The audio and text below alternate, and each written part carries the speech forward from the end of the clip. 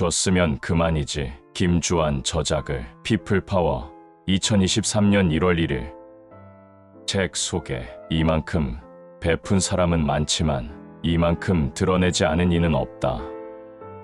20대 중반부터 50년 넘게 이어온 기대 없이 베풀고 대가 바라지 않는 삶, 선한 영향력 절로 넓혀가는 김장하 바이러스. 도대체 무엇이 이런 삶을 가능하게 했을까? 취재 과정에서 가장 많이 받은 질문은 어떻게 김장하 선생의 허락을 받았느냐는 말이었다. 하지만 선생은 허락한 적이 없다. 선생은 그동안 형평운동기념사업회를 비롯한 여러 공적인 단체에 몸을 담고 공적인 활동을 해왔다. 따라서 선생은 공인공연에 준존하는 인물을 취재하겠다는데 그것까지 못하게 막을 권리는 없다고 생각한 것 같다. 인터뷰도 한 적이 없다. 찾아오는 사람을 냉정하게 내치지 못하는 선생의 약점을 공략했을 뿐이다. 그리고 많은 분이 자연스럽게 선생과 함께할 수 있는 자리를 만들어주셨다. 그분들께도 깊이 감사드린다. 목차, 여는 말, 제1부 생애, 제2부 전달식 없는 장학금, 제3부 학교 설립과 헌납, 제4부 공동체를 치유하다, 제5부 김장하의 기질, 제6부 줬으면 그만이지, 제7부 김장하의 철학, 닿는 말, 김장하 선생 양력. 책 속으로 남성이라는 그의 호와 남성당 한약방이라는 상호의 뜻을 물었다. 남성이 술을 맡은 별이라고, 목숨 수자, 남성이 비치는 곳에는 오래 산다는 그런 속설이 있습니다. 할아버지가 지어주신 건데 남성당을 상호로 쓰고 남성을 아호로도 쓰라고 했어요. 남극노인성이란 별자리를 딴 거지. 약방에서 지어준 약을 먹고 다들 오래 살라는 뜻이지. 또 그 별은 보일 듯 말 듯 하면서도 그러나 역할은 한다. 앞에 나서지 말고 항상 제 역할을 하는 그런 사람이 되라는 뜻이지요. 18조 취재의 시작. 김장하는 8세에 자신을 낳아준 어머니를 여의고 계모 밑에서 자랐으며 할아버지의 가르침을 받았다. 20세에 사천 석거리에서 남성당 한약방을 연 후 사실상 집안을 책임지는 가장이 되었다. 27세에 할아버지가 돌아가실 때까지 석거리에 모셔 부양했고 29세에 자신을 길러준 계모의 장례를 치렀다. 30세에는 홀로 된 아버지를 위해 새어머니를 모셔왔고 42세에 아버지를 보내고 남은 새어머니에게는 아버지와 함께 살던 집을 팔아 노후를 보장해드렸다. 물론 이런 과정에서 아래 동생들을 키우고 시집장가 보내는 것도 장하의 몫이었다. 50조 아버지와 어머니.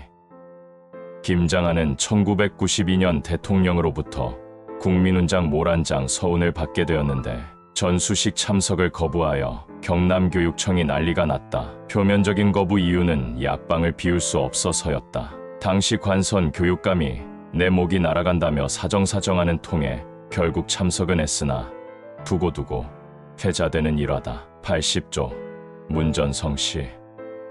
개교 초기 잠시 있었기는 했다. 커다란 책상과 명패, 소파 등이 있는 교실 한 개 크기의 이사장실이었다. 처음엔 의뢰이 그런가 보다 하고 거기서 직무를 봤는데 한 달 정도 지나 보니 학교 시설이 부족한 데다 이사장이 자리를 차지할 이유가 없다는 생각이 들었다. 김장하는 교장에게 이사장실을 비우라고 했다. 그리고 그 자리를 양호실로 쓰도록 했다. 179조 다 있는데 이사장실만 없는 학교. 버렸으면 미련 없이 버려야지. 줬으면 그만이지. 감사패 그거 뭐 하려고. 9일 오후 5시 경상국립대 행사장. 원래 선생은 원치 않았던 자리였다. 하지만 받는 쪽에서 간곡하게 부탁하는 바람에 마지못해 참석한 자리였다. 그래서일까 행사 내내 선생에 대한 찬사가 이어졌지만 표정은 계속 불편해 보였다. 281조 수십억 남은 재산 기부하고 60년 만에 은퇴. 한 군데에 다 주지 말고 1억 원씩 나눠 34곳에 나눠주면 어떨까? 모르겠다. 그 34곳을 선정하는 과정은 더 큰 논란과 비판을 불러오지 않았을까 싶다. 김장하 선생한테 자신에 대한 비방과 헛소문을 들어본 적이 있는지 물었다. 나도 그런 말 많이 들었어요. 그러나 결과를 보면 알잖아. 세월이 증명해주는 거라고요? 예, 그걸 다 증명하려고 변명하려고 하지도 않았고 화를 낼 필요도 없었고 그냥 참고 견디는 거죠. 337조 비방과 험담. 그리고 비판. 출판사 서평. 줬으면 그만이지는 아름다운 부자 김장하를 취재한 기록이다. 책을 보면 김장하는 보통 사람들은 따라하기 어려운 대단한 인물이라는 생각이 절로 든다. 찢어지게 가난한 집안에서 태어나 중학교밖에 졸업하지 못하고 한약사로 성공해 대단한 부를 일군 것을 두고 하는 말이 아니다. 선생은 나눔과 베풀물 일상 속에서 실천했다. 20대 젊은 시절부터 가난한 학생들을 위해 남몰래 장학금을 주었다. 지금까지 선생의 장학금을 받은 사람이 1000명을 웃돈다고 한다. 100억 원이 넘는 돈을 들여 세운 사학 명신고등학교는 자리를 잡자마자 바로 국가에 헌납했고, 필생의 사업이었던 한약방을 접을 때도 30억 원이 넘는 자산을 국립경상대에 기부했다. 선생의 지원은 교육뿐 아니라 사회문화 역사예술여성 노동인권 등 정치를 제외한 모든 영역에 걸쳐 있었다.